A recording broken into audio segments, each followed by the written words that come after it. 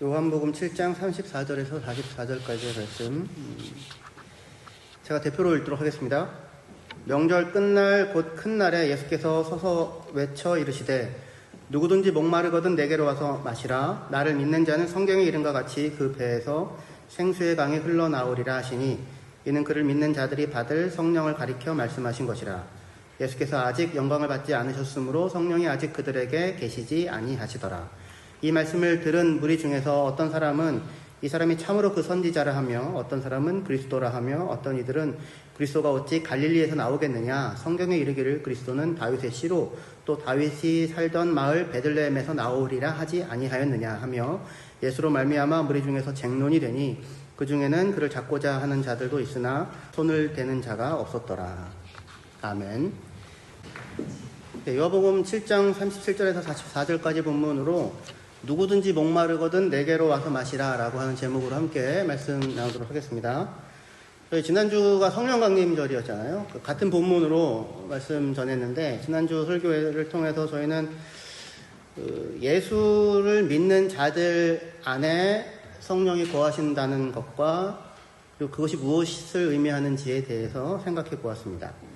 구약시대에서는 성령이 특정한 사람들에게 특정한 역할을 수행하도록 일정한 기간 동안에 한시적으로 임하여서 그 일을 수행하도록 하는 어떤 능력 같은 것으로 나타났다면 예수님의 구속사역 이후에 십자가의 죽음과 부활 이후에 성령은 예수를 믿는 모든 사람들 안에 그러니까 특정한 사람들만이 아니라 예수를 믿는 모든 사람들 안에 임하시고 그들 안에 거하실 뿐만 아니라 영원토록 그들과 함께하는 분이심을 지난주 말씀을 통해 생각해 봤어요. 특별히 예수님은 믿는 자들이 받을 성령에 대해 그 배에서 생수의 강이 흘러나리라 라는 그런 이미지를 사용하여 말씀을 하셨습니다.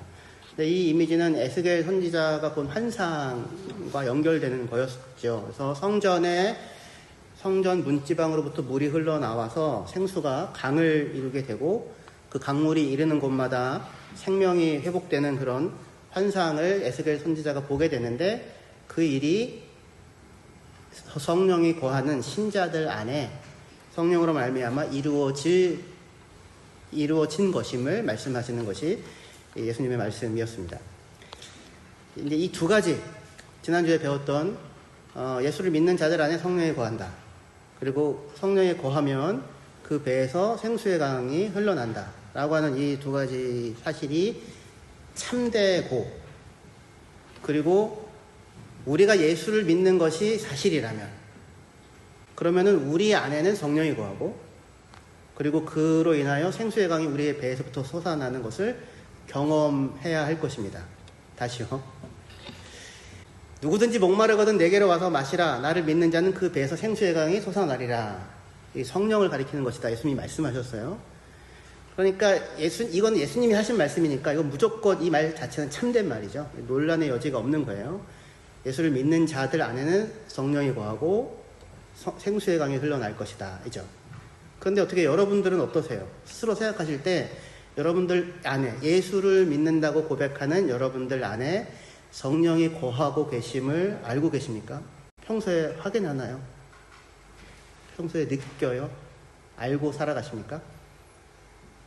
별 생각 없이 살아가는 경우들이 많죠. 근데 예수님 분명히 나를 믿는 자는 그 배에서 생수의 강에 솟아나리라. 성령이 거하시고 영원토록 떠나지 않는다고 말씀하시거든요. 그리고 떠나지 않을 뿐만 아니라 성령이 거하시고 생수의 강이 흘러난다고 하세요. 근데 예수님의 이 약속은 참된데 문제가 되는 건 뭐냐면 나를 믿는 자는 이라고 하는 것이 확인되어야 되는 거잖아요. 그래서 다시 묻게 되는 겁니다. 여러분들 예수를 믿는다고 고백하는 여러분들 안에 성령이 거한다고 하는 사실을 여러분은 확인하고 사는가? 그리고 그 결과로 인해 여러분들 안에서 생수의 강이 흘러나는, 솟아나는 것을 날마다 경험하며 살고 있는가? 어때요?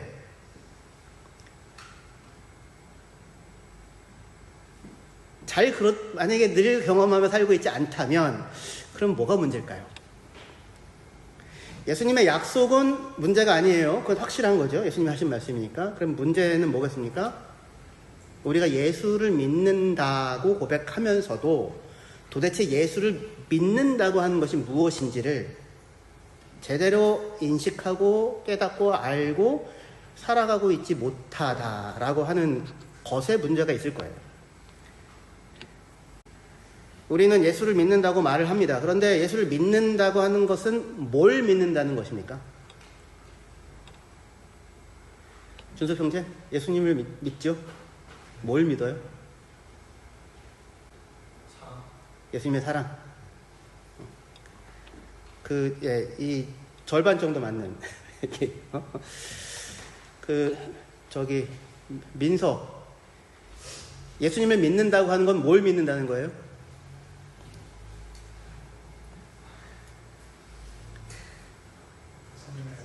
예수님의 은혜를 믿는다. 예수님의 사랑, 예수님의 은혜.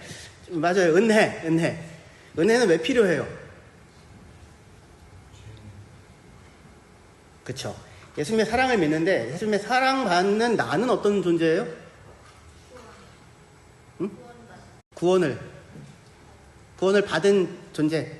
구원이 필요한 사람. 왜 구원이 필요해요? 내 안에 뭐가 있으니까? 죄가 있으니까. 그렇게 되죠. 그래서 은혜가 필요한 존재죠. 그러니까 예수님을 믿는다고 우리가 얘기를 할 때 그 안에 어떤 내용이 담겨 있다고 할 수 있냐면, 예수를 믿는다는 것은 멸망받아 마땅한 죄인인 나를 사랑하여 구원하시는, 예수로 말미암아 구원하시는 하나님의 사랑을 믿는다라고 하는 내용이 예수를 믿는다라고 하는 문장 안에 담겨져 있는 거예요. 다시요. 예수를 믿는다는 것은 멸망받아 마땅한 죄인인 나를 사랑하여 예수를 통하여 구원하시는 하나님의 사랑을 믿는다라고 하는 겁니다. 그냥 제가 하는 얘기가 아니고요. 성경이 말하는 바를 요약해서 표현한 거예요. 로마서 5장 8절에 보시면, 우리가 아직 죄인 되었을 때에 그리스도께서 우리를 위하여 죽으심으로 하나님께서 우리에 대한 자기의 사랑을 확증하셨느니라 라고 얘기하고 있어요. 하나님의 사랑이 언제 우리에게 나타났어요? 우리가 아직 죄인 되었을 때예요. 그래서 죄인 되었을 때. 하나님의 사랑은, 하나님께서는 의로운 사람을 찾아서 사랑하신 것이 아니고 사랑받을 만한 조건을 갖춘 사람을 찾아서 골라서 구원하신 것이 아니죠. 우리가 아직 죄인 되었을 때 그리스도께서 우리를 위하여 죽으심으로 우리를 향한 하나님의 사랑을 나타내셨다. 그렇게 말씀합니다. 요한복음 3장 16절에도 하나님이 세상을 이처럼 사랑하사 독생자를 주셨으니 이는 그를 믿는 자마다 멸망하지 않고 영생을 얻게 하려 하심이라. 그렇게 말씀하시죠. 하나님께서 멸망받아 마땅한 세상을 위해 독생자를 내어주신 이유가 뭐예요? 원인이 뭡니까? 까닭이? 세상을 이처럼 사랑하사죠. 이처럼 사랑하사. 사랑하셨기 때문입니다. 이 두 성경 구절 안에 우리 아직 죄인 되었을 때에 그리스도를 내어주셨다. 하나님 세상에 이처럼 사랑하사 독생자를 주셨으니 그를 믿는 자마다 멸망하지 않고 영생을 얻는다. 라고 하는 이 두 성경 구절 안에 멸망받아 마땅한 죄인인 나를 그리스도 예수를 통하여 구원하시는 하나님의 사랑이 잘 나타나 있습니다. 예수를 믿는다고 하는 것은, 다시요, 두 가지 사실을 전제하는 것인데, 첫째는 내가 누구다? 내가 멸망받아 마땅한 죄인이다. 그런데 이것만이 아니라 두 번째, 동시에, 그런데 그런 나를 하나님께서는 사랑하셔서 구원하셨다. 이 두 가지.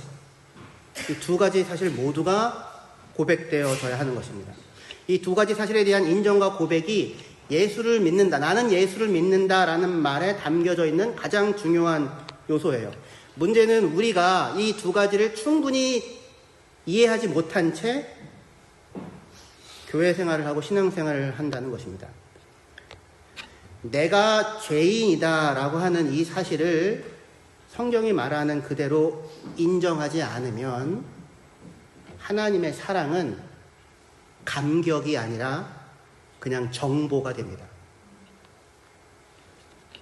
멸망받아 마땅한 죄인인 나, 그런 나를 하나님께서 사랑하신다 라고 하는 이 사실이 믿어지지 않으면 신앙은 기쁨이 아니라 해야만 하는 의무가 됩니다. 오늘 본문에서 이 두 가지 사실이 다 믿어져야 하는데, 오늘 본문에서 예수님은 초막절 마지막 날에 사람들 앞에 서서 외치시죠. 누구든지 목마르거든 내게로 와서 마시라. 나를 믿는 자는 성경의 이름과 같이 그 배에서 생수의 강이 흘러나오리라. 그렇게 말씀하세요. 예수님의 이 말을 듣고 어떤 사람들은 예수님을 보고 그 선지자다. 또 어떤 사람들은 예수님이 그리스도다. 그렇게 이야기하는 반면에 이건 맞는 고백이죠. 예수님에 대하여. 그런데 어떤 사람들은 예수님의 모습을 보고 그리스도가 어떻게 갈릴리에서 나오겠느냐. 성경에 메시아 그리스도는 베들레헴에서 나온다고 하지 않았느냐라고 말하면서 예수는 그리스도가 아니야 라고 거부하는 사람들이 있었어요. 그런데 사실 예수님은 갈릴리에서 자라난 것은 맞지만 어디서 태어나셨습니까? 원래? 베들레헴에서 태어나신 것이 맞지요. 그죠? 하지만 이 사람들은 그냥 예수님은 나사렛 예수, 갈릴리 출신이라고만 알고 있어서 예수님이 베들레헴 출신이라는 사실을 알지 못하는 채로 부분적인 지식에 근거해서 예수를 판단하고 예수를 거부하고 있어요.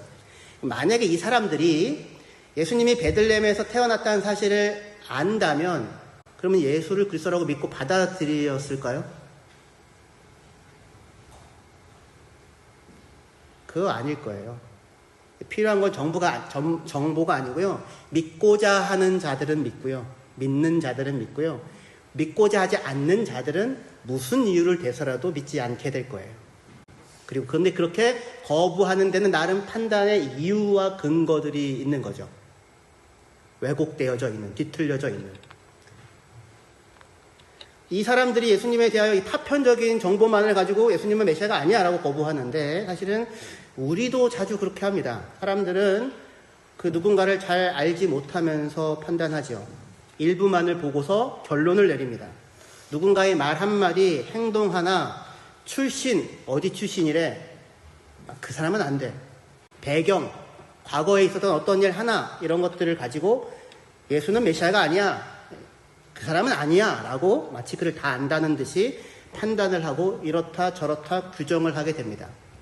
심지어 이후에 바리새인들은 예수님을 믿고 동조하는 사람들에 대하여 그 인간들은 저주받은 사람들이야 라고 하며 분통을 터뜨리기까지도 합니다. 왜냐하면 그들 안에 있는 죄가 관계들을 파괴하고 있기 때문에 그렇습니다. 죄는 우리와 하나님과의 관계를 깨트릴 뿐만 아니라 사람이 사람을 대하고 보는 방식을 왜곡하고 뒤틉니다. 아까 뭐라고 했어요? 내가 예수를 믿는다라고 하는 고백에는 두 가지 사실을 고백한다고 했었죠. 하나는 내가 죄인입니다고, 하나는 그런 나를 하나님이 사랑하셔서 구원하십니다죠. 내가 죄인입니다라고 하는 고백에는 뭐가 담겨져 있어요? 나는 자기 중심성 속에 관계를 왜곡하고 뒤틀고 섣부르게 판단하고 그것으로 자기를 정당화하며 두려움 속에서 하나님과 사람과 관계하며 살아가는 자입니다 라고 하는 인정이 있는 거죠. 죄는 늘 자기를 중심으로 하여서 봅니다. 자기를 기준으로 판단하고 자기의 상처로 해석하고 자기의 두려움으로 상대를 밀어냅니다. 관계는 본래 축복이어야 하는데 하나님과의 관계 축복이고 이웃과의 관계는 축복이어야 하잖아요. 하지만 죄는 죄로 인하여서 우리의 관계는 고통과 갈등의 자리가 되고 말았습니다.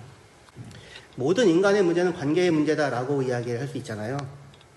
하나님과의 관계가 깨어진 결과 사람과 사람 사이의 관계가 뒤틀리게 되었습니다. 우리는 그래하여 사랑을 받고 싶어 하잖아요. 누구나 다. 사랑을 받고 싶어 하면서도 정작 누군가를 사랑하는 법을 잘 알지 못하고 인정받고 싶어 하잖아요. 다들. 그런데 다른 사람을 인정하고 존중하는 데는 인색하죠. 다른 사람을 인정하고 존중하면 내가 낮아지는 게 아님에도 불구하고 이해받고 싶어 하잖아요. 다들 좀 이해해 줬으면. 그러면서 상대방을 이해하나요? 상대방은 쉽게 판단하죠. 죄가 만들어내는 거예요. 내 안에 있는 목마름을 다른 누군가가 채워주기를 기대하지만 그 사람도 역시 목마른 죄인일 뿐이죠. 그래서 그런 사람들이 서로에게 기대하고 서로에게 실망하고 서로에게 원망을 하고 사는 겁니다. 사막에서 길을 가다가 물통에 아무 물이 없어요. 근데 누군가를 만났다고 칩시다. 반가워요? 안 반가워요? 반갑겠죠, 처음에는. 근데 둘 다 물통에 물이 아무것도 없어. 너 왜 물통에 물이 없어? 왜 내 갈급함을 채워주지 않아? 어떻게 그럴 수 있어?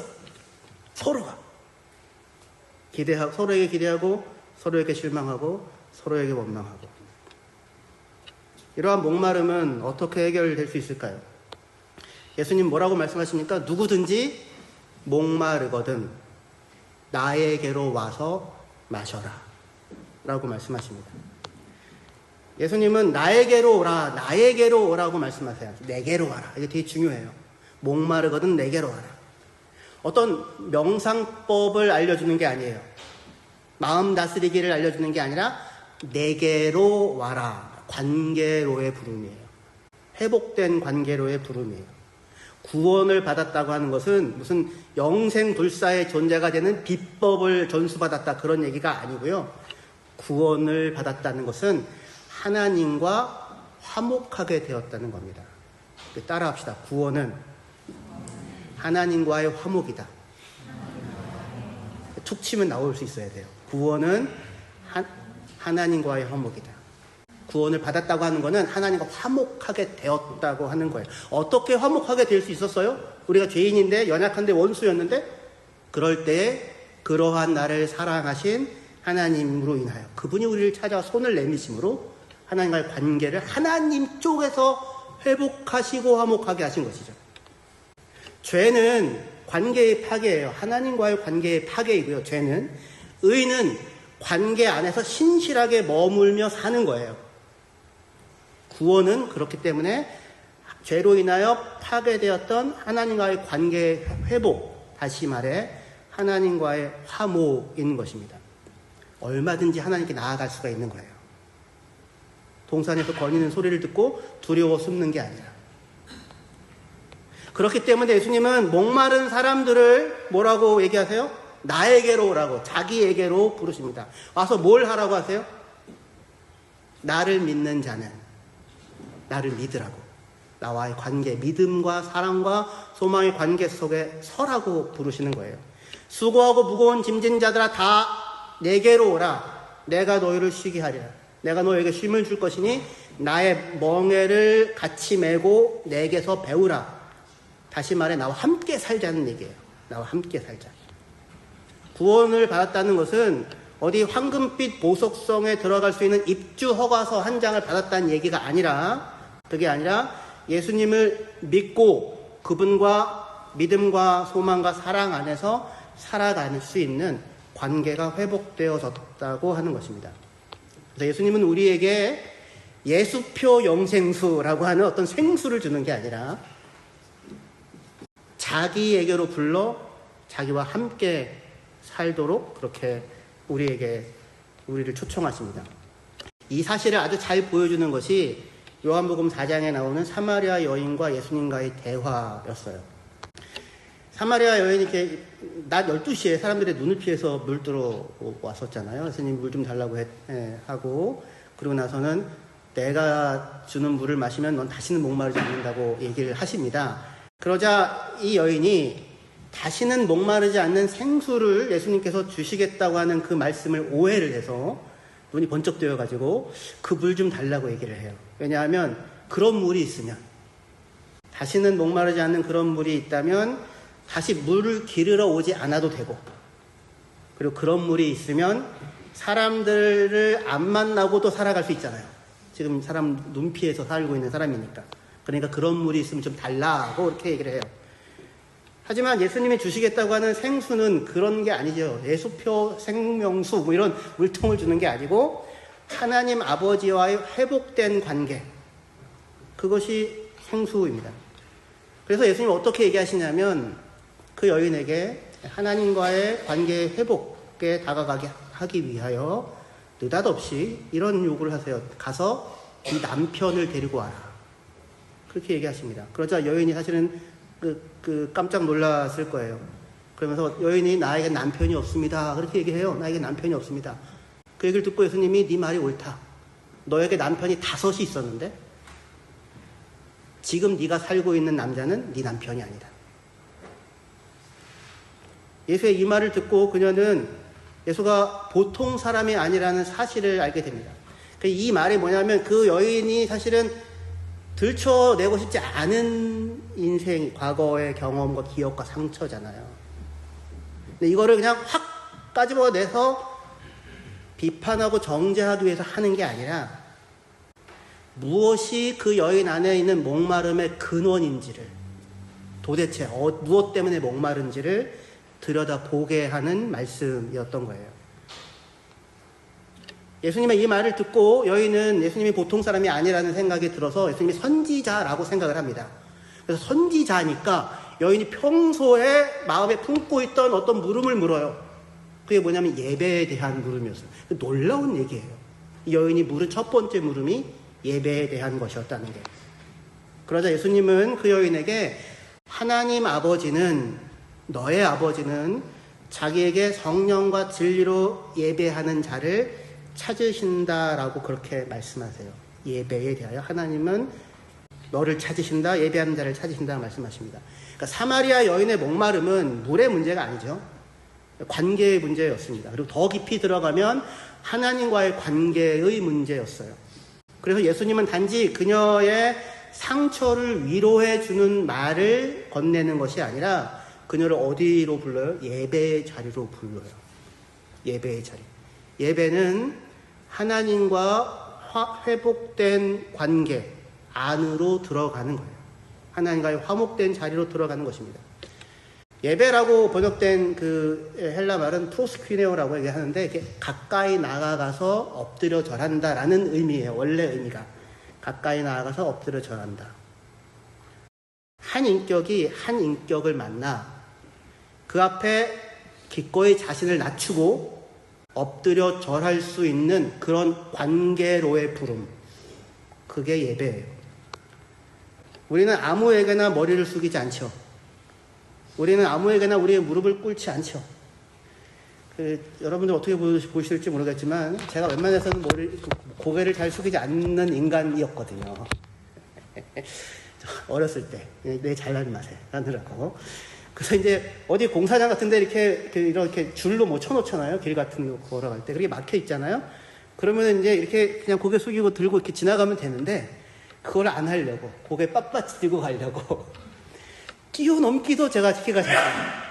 숙이는 거는 제 자존심이 허락을 안 하고 하여튼 그랬었어요. 그러다가 잠타가 넘어져서 크게 다칠 뻔하기도 하고 그랬는데 우리는 아무에게나 머리를 숙이지 않아요.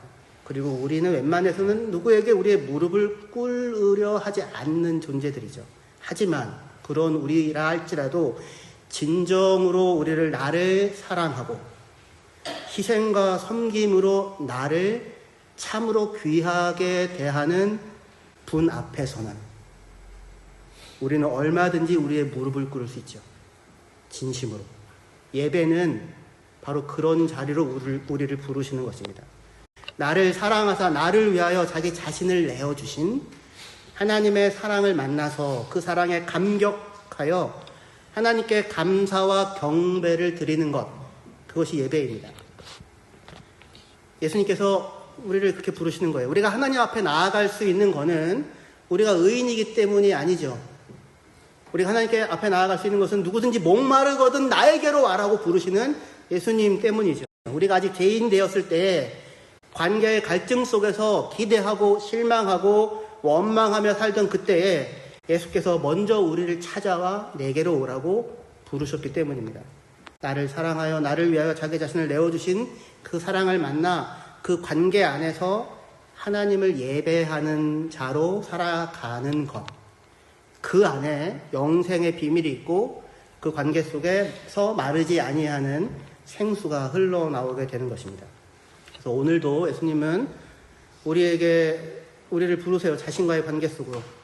누구든지 목마르거든 내게로 나와라. 나를 믿는 자는 성경의 이름과 같이 그 배에서 생수의 강이 흘러나오리라 라고 약속하고 있습니다. 예수님께로 나아가십시오. 그리고 예수님을 여러분들의 삶의 주인으로 모셔드리고 영접하십시오. 예수님께서 여러분들의 인생의 삶에 문을 늘 두드리시잖아요. 모셔드리세요. 얼른 들어오세요. 내 안에 들어오세요. 나와 함께 거하세요. 나와 함께 사세요. 내 인생의 주인이 되어주세요. 나를 다스려주세요. 그렇게 여러분들의 주인으로 예수님을 영접하고 모셔드리고 그 사랑 안에 머물고 그 신실한 은혜 가운데 가시기를 바랍니다. 예수를 믿는다고 고백하는 것은 두 가지 사실을 고백하는 것이라고 했죠. 하나는 내가 죄인이다. 나는 죄인이다. 둘째는 그런데 그런 나를 하나님은 사랑하여 구원하셨다. 이 고백은 우리와 하나님과의 관계를 근본적으로 바꾸는 거잖아요. 그죠? 우리와 하나님과의 관계를 근본적으로 바꾸는 것인데 그것뿐만 아니라 사람을 대하는 우리의 방식 또한 근본적으로 새롭게 하는 것입니다. 내가 멸망받아 마땅한 죄인임을 알고 인정하고 고백할 수 있다면 나는 더 이상 쉽게 다른 사람 위에서 판단하고 심판하지 못하겠죠.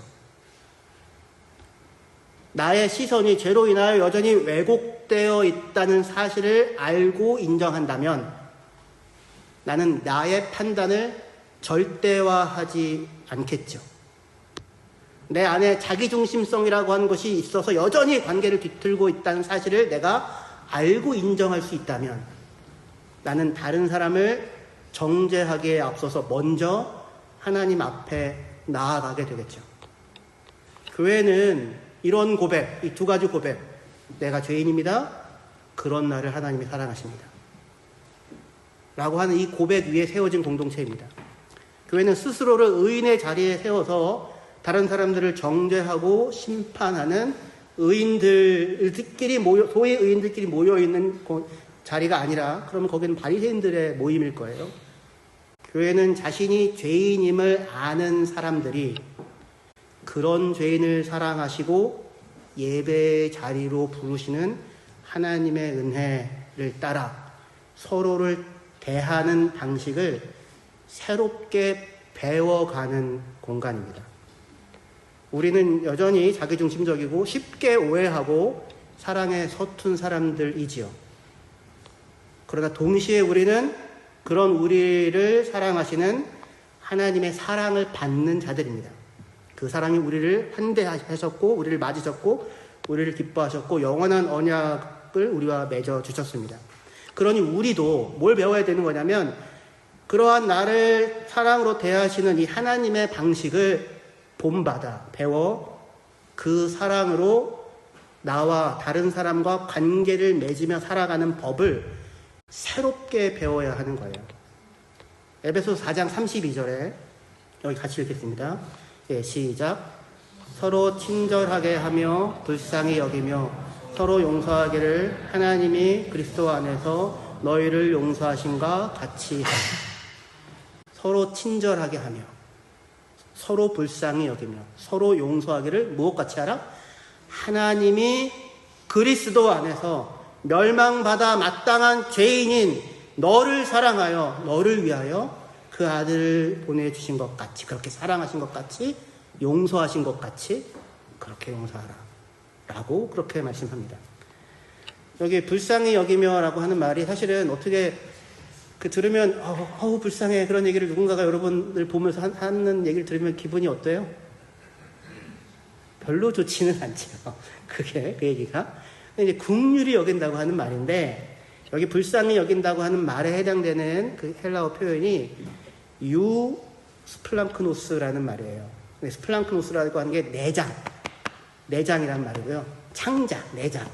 유라고 하는 말은 좋다는 말입니다. 그래서 유앙겔리온, 복음인데 좋은 소식 그런 의미예요. 그러니까 서로 불쌍히 여기며라고 하는 말은 뭐예요? 서로에 대하여 무슨 내장을 가져라? 좋은 선한 내장을 가져라. 이게 무슨 얘기예요? 그 우리 속이 비틀린단 말 이런 거 하잖아요. 속이 베베 꼬였어. 뭐 이런 말 쓰기도 하죠. 그죠? 속에 그 심보에 뭐가 들어가 있는 거야. 이런 말 하잖아요. 미움과 원망, 비난과 불평이 우리의 내장을, 창자를 채우는 것이 아니라 긍휼과 사랑과 따뜻함과 그 사람 편에 서려고 하는 마음이 우리의 내장을, 우리의 창자를 채우라라고 하는 말입니다. 왜냐하면 하나님께서 그러한 마음으로 우리를 보고 대하고 계시기 때문입니다. 우리의 갈증을, 여러분들의 갈증을 다른 사람들에게서 채우려고 하지 마시고요.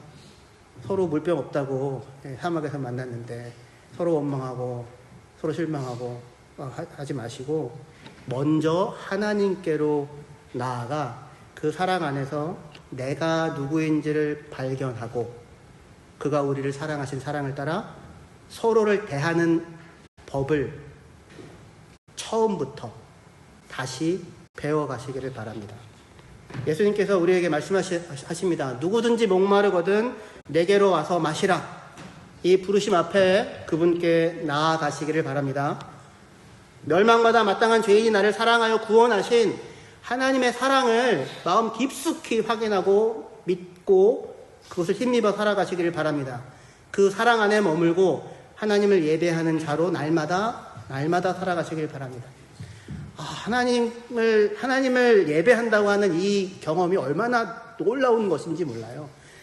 저는 종종이라고 해서 자주는 아니지만 종종 제 마음으로 무릎을 꿇고 하나님께 이렇게 경배하는 내 마음으로 그런 행위를 하거든요. 하나님 앞에 지극히 크신 은혜를 베푸신 하나님 앞에 제가 그렇게 하는 행위인데, 그런데 그런 나를 비할 바 없는 사랑으로 맞으시는 그 하나님의 은혜의 강물 앞에 내가 잠기는, 서 있는 그것으로 채워지는 그런 일들을 계속해서 경험을 할 수 있게 돼요. 그 예배의 자리에 날마다 서시기를 바랍니다. 그럴 때 우리의 삶 속에, 우리의 관계 속에 마르지 아니하는 생수의 강이 흘러 넘치는 복된 삶을 살아갈 수 있을 것입니다. 기도하시겠습니다.